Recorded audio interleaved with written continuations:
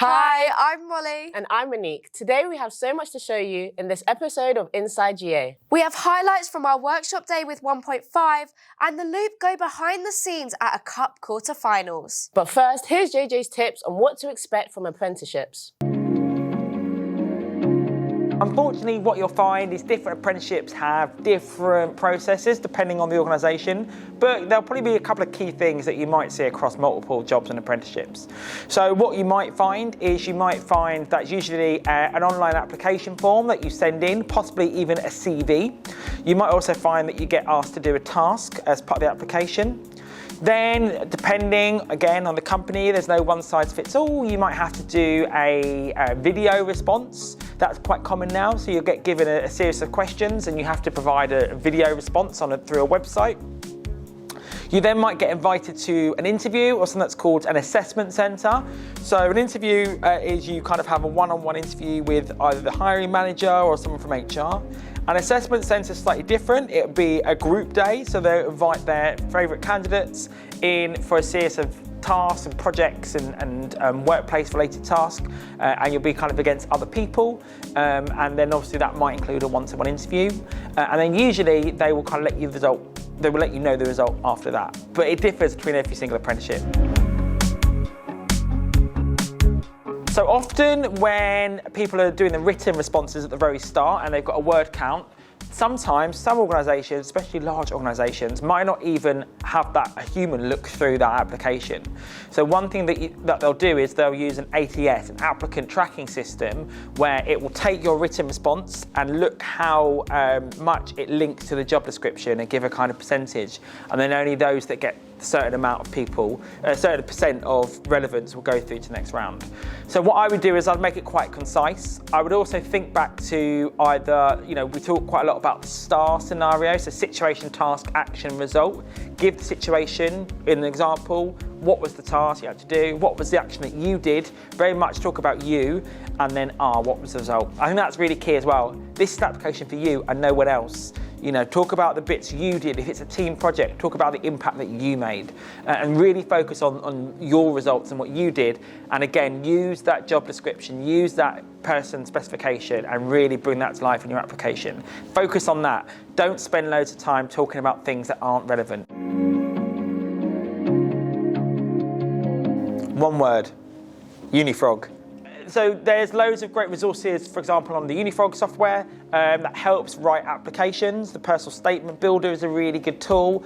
There's also, what you'll find is often companies will give advice and ideas on how to write the best statement. Also, ask your teachers and other adult or friends to look over your application before you send it. That's really good, as sometimes they might think of something about you that you haven't thought of. So that's really good. But yeah, don't forget, utilise all the resources on Unifrog. You can speak to your tutors, you can book in with Christina and the careers office, and there's lots of resources and guides in the office available too. So utilise what you have around you, take advantage and use that to help you and land that apprenticeship, and you'll do it.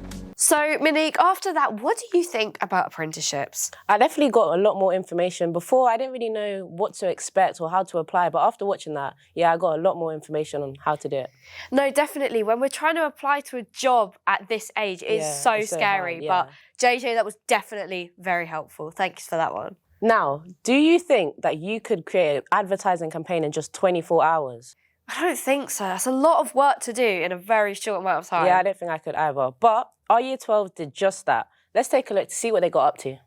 Hello everyone, my name is Peter Bakari. I'm the lead tutor for Ideas Foundation and we're here at Global Academy to work with 1.5 and the brand Listerine. The Year 12s have actually been set a brand experience with Listerine. So they actually have to create the target audience. They then have to look at what does the actual event look like from start to finish, the floor plan, the budgeting, and all of this is going to be put together in a 5-minute pitch. Hi everyone, my name is Vanessa and I was part of the Innovate Agency group, and our campaign was called #LastTheBlast. And basically our big idea was an immersive experience that was in correlation to the new flavour of Listerine, which is Arctic Blast, hence the play on words. We wanted to have the tunnel go from cold to warm climate conditions so that we could actually bring in that topic of climate change and global warming. And a big part of our campaign that we really wanted to tune into was that 10% of our profits would be going to preserving Antarctic wildlife. Do you remember when we did the same thing last year with Canon? Yeah, I remember. My group, we made an advert to promote the Canon camera, and I can't lie, it was a bit stressful, but no other school would give us an opportunity just like that. And last but not least, we have a Loop exclusive for you, where our news team got behind the scenes of a Women's Cup quarter-finals. Here's a sneak peek of what they got up to.